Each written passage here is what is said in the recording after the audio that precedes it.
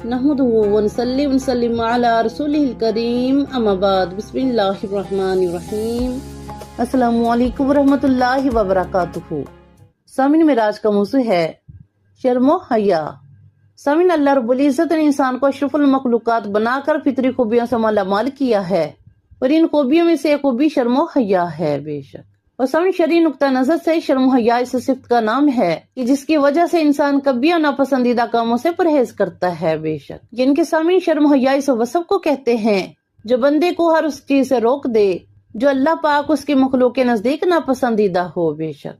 और सामिन दीन इस्लाम ने हया की अहमियत को खूब उजागर किया है ताकि मोमिन बाहया बनकर माशरे में अमन सुकून फैलाने का जरिया बने। और सामिन नबी पाक सल्लल्लाहु अलैहि वसल्लम ने हया के मुतालिक मर्द और जन दोनों को यकसान ताकीद अहकामात और रहनुमाई अता फरमाई है बेशक।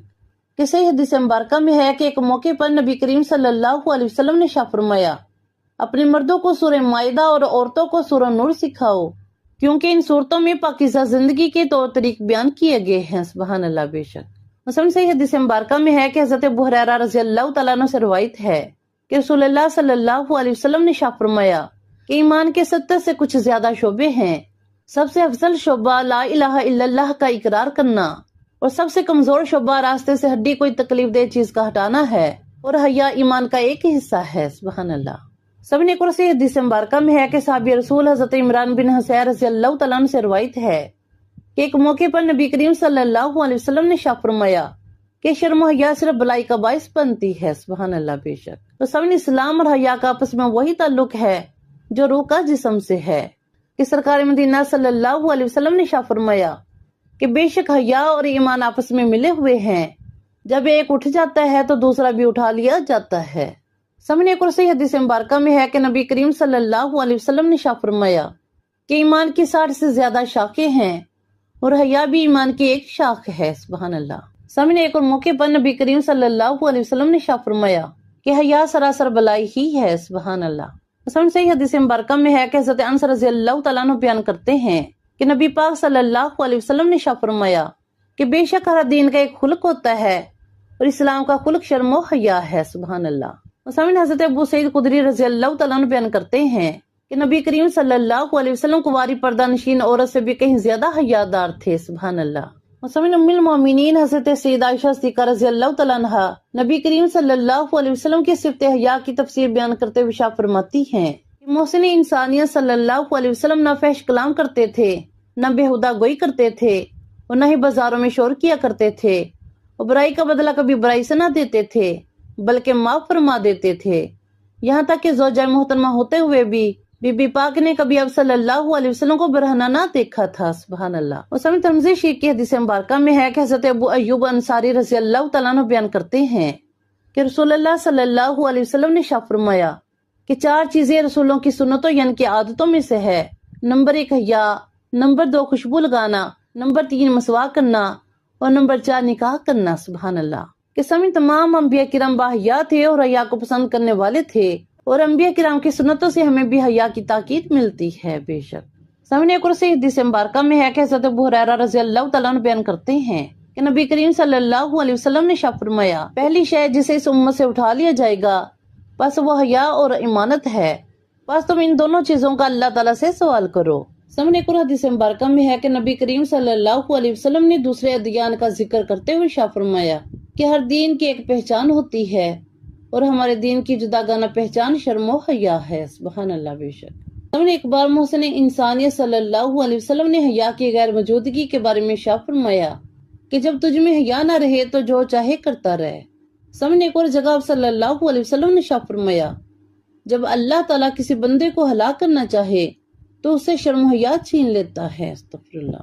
सामने बुखारी शरीफ की हदीस मुबारका में है कि हज़रत साहल बिन साद रज़ियल्लाहु तआला अन्हु से रवायत है कि नबी करीम सल्लल्लाहु अलैहि वसल्लम ने शाह फरमाया कि जो मुझे इसकी जमानत दे जो चीज दोनों जबड़ों के दरमियान है यानी कि जुबान और इसकी जमानत दे जो चीज दोनों टांगों के दरमियान है यानी कि शर्मगाह कि इसका नाजायज इस्तेमाल नहीं करेगा तो मैं उसको जन्नत की जमानत देता हूँ। सुभान अल्लाह। मुस्लिम शरीफ की हदीस मुबारका में है कि नबी करीम सल्लल्लाहु अलैहि वसल्लम ने शाह फरमाया कि कोई मर्द दूसरे मर्द का सतर न देखे और न कोई औरत दूसरी औरत का सतर देखे।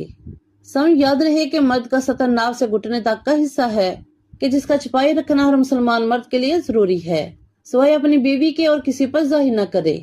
لیکن عورت کا ستر عورت کے لیے ناف سے لے کر گھٹنے تک ہی ہے کہ اتنا حصہ عورت کا عورت بھی نہیں دے سکتی، سوائے بچے کی پیدائش کے موقع پر کہ جس میں معذوری ہے، یا پھر شوہر کے لیے۔ سامنے ایک اور حدیث مبارکہ میں ہے کہ حضرت ابن حیدر رضی اللہ تعالیٰ عنہ سے روایت ہے کہ نبی کریم صلی اللہ علیہ وسلم نے ارشاد فرمایا کہ اپنی شرمگاہ کی حفاظت رکھو، کسی کے سامنے نہ کھولو سوائے اپنی بیوی اور باندی کے۔ آپ فرماتے ہیں کہ میں نے عرض کیا کہ یا رسول اللہ صلی اللہ علیہ وسلم، کیا تنہائی میں بھی شرمگاہ نہ کھولی جائے؟ تو آپ صلی اللہ علیہ وسلم نے جواباً ارشاد فرمایا کہ اللہ تعالیٰ اس بات کا زیادہ حقدار ہے کہ اسے شرم کی جائے بے شک۔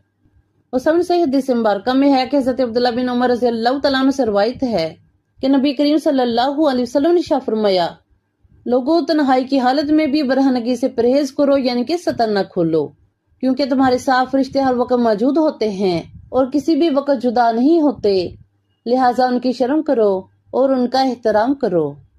سامنے کو حدیث مبارکہ میں ہے کہ حضرت عبداللہ بن مسعود رضی اللہ تعالیٰ عنہ سے مروی ہے کہ نبی کریم صلی اللہ علیہ وسلم نے ارشاد فرمایا، عورت گویا ستر یعنی کہ چھپی ہوئی ہے، جب وہ باہر نکلتی ہے تو شیاطین اس کو تاکتے ہیں اور اپنی نظروں کا نشانہ بناتے ہیں بے شک۔ سب سے حدیث مبارکہ میں ہے کہ حضرت ابو امامہ رضی اللہ تعالیٰ عنہ نے روایت کیا ہے کہ نبی کریم صلی اللہ علیہ وسلم نے ارشاد فرمایا، جس مرد مومن کی کسی عورت کے حسن و جمال پر نظر پڑ جائے پھر وہ اپنی نگاہ نیچی کر لے تو اللہ تعالیٰ اس کو ایسی عبادت نصیب فرمائے گا کہ جس کی لذت و حلاوت اس مرد مومن کو محسوس ہوگی، سبحان اللہ۔ اور سب سے حدیث مبارکہ میں ہے کہ ام المومنین حضرت ام سلمہ رضی اللہ تعالیٰ عنہ بیان کرتی ہیں کہ میں اور سیدہ حضرت میمونہ رضی اللہ تعالیٰ عنہ نبی کریم صلی اللہ علیہ وسلم کے پاس بیٹھی تھی کہ ایک نابینا صحابی ابن مکتوم رضی اللہ تعالیٰ عنہ حاضر خدمت ہوئے، تو آپ فرماتی ہیں کہ ہمیں حکم ہوا کہ تم دونوں ان سے پردہ کرو۔ تو ہم نے عرض کی کہ یا رسول اللہ صلی اللہ علیہ وسلم، کیا وہ نابینا نہیں ہے؟ پس نبی کریم صلی اللہ علیہ وسلم نے ارشاد فرمایا، کیا تم دونوں بھی نابینا ہو؟ کیا تم دونوں انہیں نہیں دیکھتی؟ اور سامنے حضرت عبداللہ بن عباس رضی اللہ تعالیٰ عنہ ارشاد فرماتے ہیں کہ نبی کریم صلی اللہ علیہ وسلم نے عورتوں والا حلیہ اختیار کرنے والے مردوں پر اور مردانہ انداز اختیار کرنے والی عورتوں پر لعنت فرمائی ہے، استغفر اللہ۔ سامنے ترمذی شریف کی حدیث مبارکہ میں ہے کہ حضرت ابن عباس رضی اللہ تعالیٰ عنہ سے روایت ہے کہ نبی کریم صلی اللہ علیہ وسلم نے ارشاد فرمایا، اللہ تعالیٰ اس مرد کی طرف دیکھنا بھی پسند نہیں کرتا جو کسی مرد سے صحبت کرے یا عورت کے دوبر میں مباشرت کرے۔ سن مشکاہ شریف کی حدیث مبارکہ میں ہے کہ نبی کریم صلی اللہ علیہ وسلم نے ارشاد فرمایا کہ حیا ایمان کی علامت ہے اور ایمان جنت کا ذریعہ ہے، اور بے حیائی گندگی ہے اور گندگی دوزخ کا موجب ہے، استغفر اللہ۔ اور سامنے بیہقی شریف کی حدیث مبارکہ میں ہے کہ حضرت عبداللہ بن عباس رضی اللہ تعالیٰ عنہ سے روایت ہے کہ نبی کریم صلی اللہ علیہ وسلم نے ارشاد فرمایا، اے قریشی نوجوانوں، تم لوگ اپنی شرمگاہوں کی حفاظت کرنا اور زنا کا ارتکاب نہ کرنا۔ جو لوگ عفت و پاک دامنی کے ساتھ جوانی گزاریں گے وہ جنت کے مستحق ہوں گے، سبحان اللہ۔ اور سب سے حدیث مبارکہ میں ہے کہ حضرت ابو ہریرہ رضی اللہ تعالیٰ عنہ ارشاد فرماتے ہیں کہ نبی کریم صلی اللہ علیہ وسلم نے اس مرد پر لعنت فرمائی جو عورتوں کا لباس پہنتا ہے، اور اس عورت پر لعنت فرمائی جو مردوں کا لباس پہنتی ہے، استغفر اللہ۔ سامنے کو حدیث مبارکہ میں ہے کہ نبی کریم صلی اللہ علیہ وسلم نے ارشاد فرمایا کہ جس کا مفہوم یہ ہے کہ جو شخص حیا کے پردے اتار پھینکے اس کی غیبت نہیں رہتی۔ سامنے حدیث مبارکہ میں آتا ہے کہ جب مسلمان گناہ کرتا ہے تو اس کے دل میں ایک سیاہ نطقہ پڑ جاتا ہے، اگر اس نے توبہ کر لی، استغفار کیا تو اس کا دل صاف ہو جاتا ہے، اور اگر گناہ کرتا ہے اور توبہ نہیں کرتا تو یہ نطقہ پورے دل میں پھیل جاتا ہے اور پورا دل زنگ آلود ہو جاتا ہے اور دل کو عبادت کی لذت محسوس نہیں ہوتی۔ تو سمجھ اس لیے ضروری ہے کہ اللہ تعالیٰ سے توبہ استغفار کیا جائے اور شرم و حیا، عفت و عصمت کا خاص اہتمام کرتے ہوئے اصلاح نفس، اصلاح معاشرے کی بھرپور جدوجہد کی جائے۔ تو سامنے شرم و حیا ایک ایسی صفت ہے کہ جس کے بغیر ایمان والے کی زندگی ادھوری ہے، اور یہ ایمان کے تقاضوں میں سے ایک اہم تقاضا ہے۔ سامنے آخر میں دعا ہے کہ اللہ رب العزت ہم سب مسلمانوں کو شرم و حیا عطا فرمائے اور ہم سب کا خاتمہ ایمان پہ فرمائے۔ اللہم آمین۔ دعا میں یاد رکھیے گا۔ جزاک اللہ خیر۔